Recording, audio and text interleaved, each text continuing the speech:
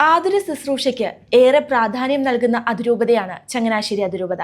ചങ്ങനാശ്ശേരി അതിരൂപതയുടെ ആതുര സേവനത്തിന്റെ മുഖമാണ് ചെത്തിപ്പുഴ സെന്റ് തോമസ് ഹോസ്പിറ്റൽ. ഈ പ്രത്യാശയുടെ വർഷം ചെത്തിപ്പുഴ സെന്റ് തോമസ് ഹോസ്പിറ്റലും ചങ്ങനാശ്ശേരി അതിരൂപതയും ചേർന്ന് സാധാരണ ജനങ്ങൾക്കായിട്ട് ഒരുക്കിയിരിക്കുന്നത് 7 പദ്ധതികളാണ്. ഈ 7 പദ്ധതികൾ എന്തൊക്കെയാണ്, അത് ആർക്കൊക്കെയാണ് പ്രയോജനപ്പെടുക എന്ന് പറഞ്ഞു തരാനായിട്ട് നമ്മളോടൊപ്പമുള്ളത് ചെത്തിപ്പുഴ സെന്റ് തോമസ് ഹോസ്പിറ്റലിന്റെ അസോസിയേറ്റ് ഫിനാൻസ് ഡയറക്ടർ ബഹുമാനപ്പെട്ട ജോഷ്യച്ചനാണ്. അച്ഛാ, ഈശോ അച്ഛാ, ഈ പ്രത്യാശയുടെ വർഷം അനേകം രോഗികൾക്ക് പ്രത്യാശ നൽകുന്ന 7 പദ്ധതികളാണ് ചെത്തിപ്പുഴ സെന്റ് തോമസ് ഹോസ്പിറ്റൽ വിഭാവനം ചെയ്തിരിക്കുന്നത്. അത് ഏതൊക്കെയാണെന്നൊന്ന് പറഞ്ഞുതരാമോ? മഹാജൂബിലിയുടെ ഭാഗമായിട്ട് നമ്മൾ 7 ചാരിറ്റി പ്രവർത്തനങ്ങൾ സാധാരണക്കാരായി പറഞ്ഞതുപോലെ സാധാരണക്കാരായ ജനങ്ങൾക്ക് ഉപകാരപ്പെടുന്ന രീതിയിലുള്ള 7 പദ്ധതികളാണ് നമ്മൾ ചെയ്തിരിക്കുന്നത്. ഒന്നാമതായിട്ട് നമ്മുടെ ജനറൽ വാർഡുകളിൽ കിടക്കുന്ന 2 പേഷ്യൻസിന് 2 ബെഡ്, അത് 0 ബില്ലായിരിക്കും 2 പേർക്ക്. മെഡിസിൻ വാർഡിലുള്ള ആളുകൾക്ക് 2 പേർക്കും, അതുപോലെ സൈക്കാട്രിക് വാർഡിലുള്ള ഒരാൾക്കും നമ്മൾ 0 ബില്ലിങ്ങാണ് ചെയ്യുന്നത്. സൗജന്യമായിട്ട് ചികിത്സ നൽകുകയാണ്. എല്ലാ ദിവസവും 2 ബെഡ് വെച്ചും സൈക്കാട്രിയിൽ 1 ബെഡ്. അതുപോലെ തന്നെ ജനറൽ വാർഡിലെ പേഷ്യൻസിന് ഭക്ഷണം അത് സൗജന്യമായിട്ടായിരിക്കും കൊടുക്കുന്നത് എല്ലാ ദിവസവും. പിന്നെ നമ്മുടെ ഡയാലിസിസ് ചെയ്യുന്ന 365 ദിവസങ്ങളിലും ഓരോ ഡയാലിസിസ് വീതം ഒരു വർഷം 365 ഡയാലിസിസ് നമ്മൾ ഫ്രീ ആയിട്ട് കൊടുക്കുന്നുണ്ട്.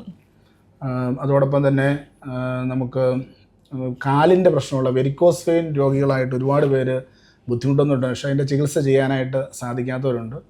അത് നമ്മൾ എല്ലാ മാസവും 3 സ്ക്ലീറോ തെറാപ്പി എന്നാണ് അവർ അതിൻ്റെ ചെയ്യുന്ന ആ ഒരു പ്രൊസീജിയർ, വെരിക്കോസ് വെയിൻ്റെ സൗജന്യമായിട്ടുള്ള സർജറി 3 എണ്ണം വെച്ച് കൊടുക്കുന്നതിനാണ്. ഈ വർഷം അതുപോലെ തന്നെ നമുക്ക് നോർമൽ ഡെലിവറിയുടെ ഒരു പാക്കേജ് നമ്മൾ ഉണ്ടാക്കിയിട്ടുണ്ട് സാധാരണക്കാർക്ക് വേണ്ടി.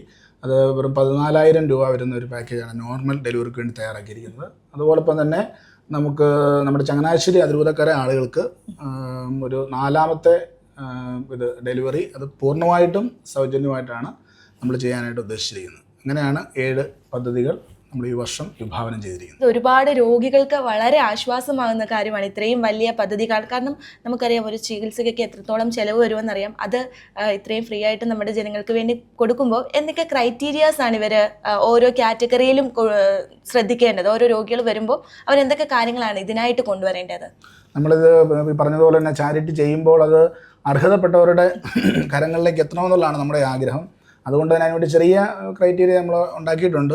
ഇപ്പം പ്രധാനമായിട്ടും നമുക്ക് എല്ലാവർക്കും BPL വിഭാഗത്തിലുള്ള കാർഡ് അംഗങ്ങൾക്ക് അപ്രകാരമാണ് അത് കൊടുക്കുന്നത്. അതുപോലെ തന്നെ ഒരു റെക്കമെൻഡേഷൻ ഉണ്ടായിരിക്കണം. അത് ഒന്നുമില്ലെങ്കിൽ നമ്മുടെ പള്ളിയിലെ വികാരിച്ചന്മാരുടെ ആകാം, അതും അല്ലെങ്കിൽ ചിലപ്പോൾ അന്യജാതിക്കാരായ മറ്റ് മതസ്ഥര ആളുകളാണെങ്കിൽ അവർക്ക് അവരുടെ ചില വാർഡ് മെമ്പറിൻ്റെ ആകാം, അല്ലെങ്കിൽ അവരുടെ സംഘടനയുടെയോ അവരുടെ മതവിഭാഗങ്ങളുടെയോ ആളുകളുടെ ഏതെങ്കിലും ഒരു റെക്കമെൻഡേഷൻ ലെറ്ററും കൂടി ഇപ്രാവശ്യം നമ്മൾ ഉദ്ദേശിക്കുന്നുണ്ട്.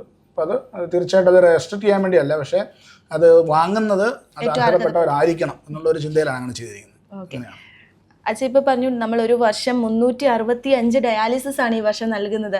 അച്ഛാ, ഈ ഡയാലിസിസ് എന്ന് പറയുന്നത് ഒരു പേഷ്യൻറ്റിന് തന്നെ എത്ര ഡയാലിസിസ് വരെ ലഭിക്കും, അല്ലെങ്കിൽ ഒരാൾക്ക് തന്നെയാണോ കണ്ടിന്യൂസ് ആയിട്ട് ലഭിക്കാൻ ചാൻസ് ഉള്ളത്? നമ്മളതും ചെയ്യുന്നത് ഒരാൾക്ക് തന്നെ കൊടുക്കാൻ വേണ്ടിയല്ല, അത് അർഹതപ്പെട്ടവരിലേക്ക് മാക്സിമം 365 ഉണ്ട്. ഇപ്പോൾ ചില ആളുകൾ ആഴ്ചയിൽ 2 ഡയാലിസിസ് ചെയ്യുന്ന ആളുകളുണ്ട്, ചിലപ്പോൾ 3 എണ്ണം ചെയ്യുന്ന ആളുകളുണ്ട്. ഇപ്പോൾ നമുക്ക് വരുന്നതനുസരിച്ച് അവർക്ക് ആ സ്ലോട്ട് കൊടുക്കാൻ വേണ്ടിയാണ് ഉദ്ദേശിക്കുന്നത്. അത് മാക്സിമം ആളുകളിലേക്ക് എത്തുക. എങ്ങനെയാണെങ്കിലും ഒരാൾക്ക് ഒരു 30 ഡയാലിസിസ് അല്ലെങ്കിൽ 40 ഡയാലിസിസോളം ഒരാൾക്ക് കിട്ടാനുള്ള സാധ്യതയുണ്ട്. അത് എത്ര പേര് വരുന്നു എന്നുള്ള അനുസരിച്ചാണ് വന്നിരിക്കുന്നത്. ഇപ്പോൾ ഏകദേശം 10 പേരോളം വന്നിട്ടുണ്ട്. അപ്പോൾ എങ്ങനെയാണെങ്കിലും അത് രീതി അനുസരിച്ച് പോകാനായിട്ട് സാധിക്കും. അപ്പം ഈ ഒരു സേവനങ്ങളൊക്കെ ലഭിക്കാനായിട്ട് ഇവർ നേരത്തെ തന്നെ ഹോസ്പിറ്റലുമായിട്ട് ബന്ധപ്പെടണോ, അതോ അവർ ട്രീറ്റ്മെൻറ്റിനായിട്ട് വരുന്ന സമയത്ത് അത് അറിയിച്ചാൽ മതിയാവുമോ? ഒരു ട്രീറ്റ്മെൻറ്റ് വരുന്ന സമയത്ത് അത് അറിയിച്ചാൽ മതി. അതിന് നമ്മുടെ ടീമുണ്ട്. അവരെ കണ്ടു കഴിഞ്ഞാൽ അവരതിൻ്റെ കാര്യങ്ങൾ പറഞ്ഞു കൊടുക്കുന്നതായിരിക്കും. എങ്ങനെയാണിത് ഈ ഒരു സൗജന്യം അല്ലെങ്കിൽ ഈ ഒരു ഇത് നിങ്ങൾക്ക് കിട്ടുന്നത് എന്ന് നമ്മുടെ ടീം അംഗങ്ങൾ അവർക്ക് പറഞ്ഞു കൊടുക്കും. അപ്പോൾ അതനുസരിച്ച് അവർ കാര്യങ്ങൾ ചെയ്താൽ മതി. 2 കാര്യങ്ങളേ ഉള്ളൂ പറഞ്ഞ പോലെ, BPL അതുപോലെ റെക്കമെൻഡേഷൻ ലെറ്റർ നമ്മൾ ഉദ്ദേശിക്കുന്നത്. അത് കാര്യങ്ങൾ അവർ പറഞ്ഞു കൊടുത്തോളും. അവരെ ഹെൽപ്പ് ചെയ്യാൻ വേണ്ടി നമ്മുടെ ടീം എപ്പോഴും സജ്ജമാണ്. അച്ഛാ, പ്രത്യാശയുടെ വർഷമാണ്.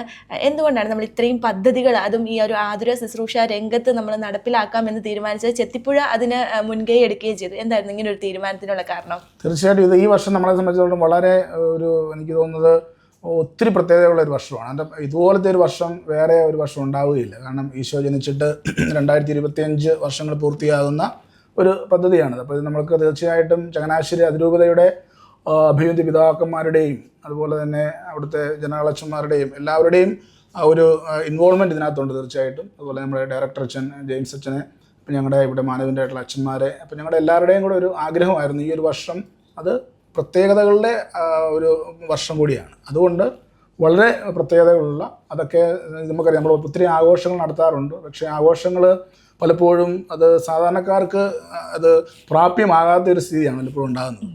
കാരണം ഞാനിപ്പോൾ വലിയൊരു ആഘോഷം നടത്തുന്നു, ഞാനൊരു വലിയൊരു ഉദ്ഘാടന പ്രവർത്തനം നടക്കുന്നു, പക്ഷെ അതിലൂടെയൊക്കെ നമ്മൾ ഉദ്ദേശിക്കുന്നത് നമുക്കത് എത്തേണ്ട സാധാരണക്കാരിൽ എത്തുമ്പോഴാണ് അതിനൊക്കെ ഒരു അർത്ഥം ഉണ്ടാകുന്നത്.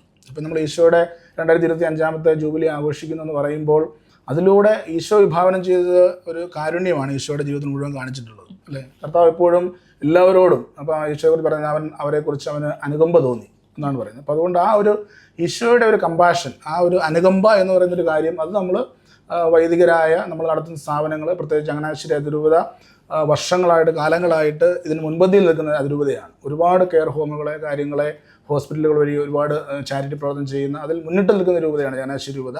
ഇത് മാർ മാത്യു കാവുകാട്ട്, ഒരു കരുണയുടെ പിതാവ് എന്ന് തന്നെ പറയാൻ സാധിക്കുന്ന കാവുകാട്ട് പിതാവ് ആരംഭിച്ച ഒരു ഹോസ്പിറ്റലാണിത്.